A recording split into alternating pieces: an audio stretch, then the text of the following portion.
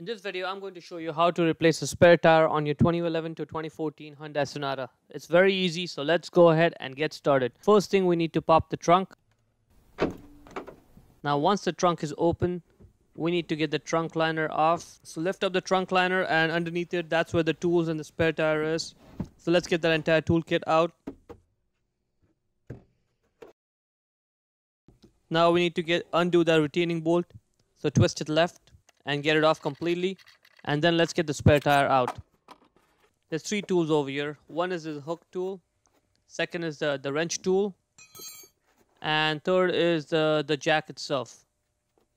So once you get the jack out, let's twist it such that we lower the height of the jack so that we may be able to slide it under the vehicle. Now before you jack the car up, make sure you have a piece of rock or stone or something to keep the vehicle in place. And you can pause the video over here and see how I've positioned the rock depending on which tire that I'm replacing. Now before we put the jack up, we need to loosen the lug nuts. So get that wrench tool. Okay, position it just the way I'm doing. And use your right hand as a guide, and left hand is what you use to exert all the force. Use all your body weight and just loosen it. Okay, just half a turn. You don't need to do it undo it completely, just half a turn. Now let's look at the jack points. If you're doing the rear wheel, it is right below where that rear door handle is.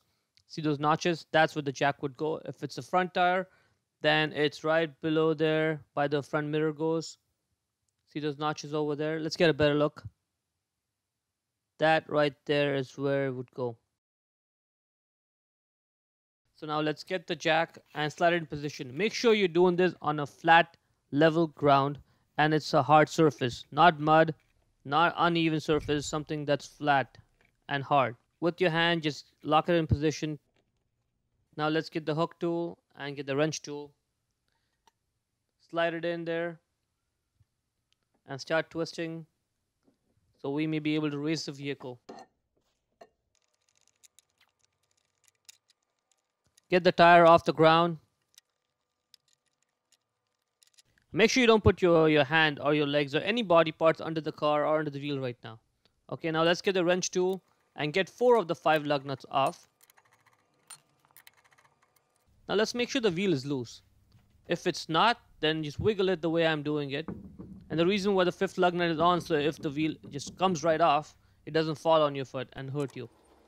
Once the wheel is loose, now you can get the 5th lug nut off, get the wheel off, get the spare tire on. And take your time with it. Okay, there's no rush.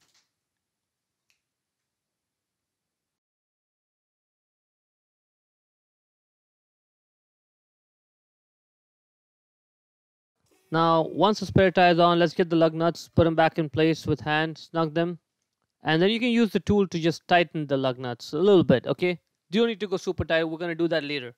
Just snug them, and make sure you tighten the lug nuts in a crisscross pattern just like I'm doing it. It's very important.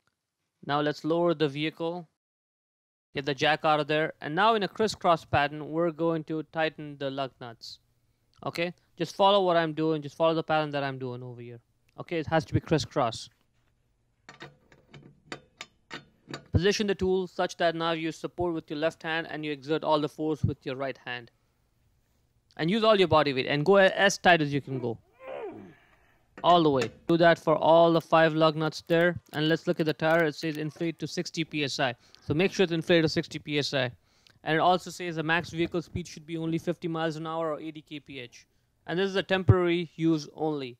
So as soon as you get a tire shop, stop there, get the tire fixed. Before you drive off, you definitely want to make sure that you check the tire pressure, because spare tires are sitting in the trunk for months, sometimes years, and they use loose pressure over time.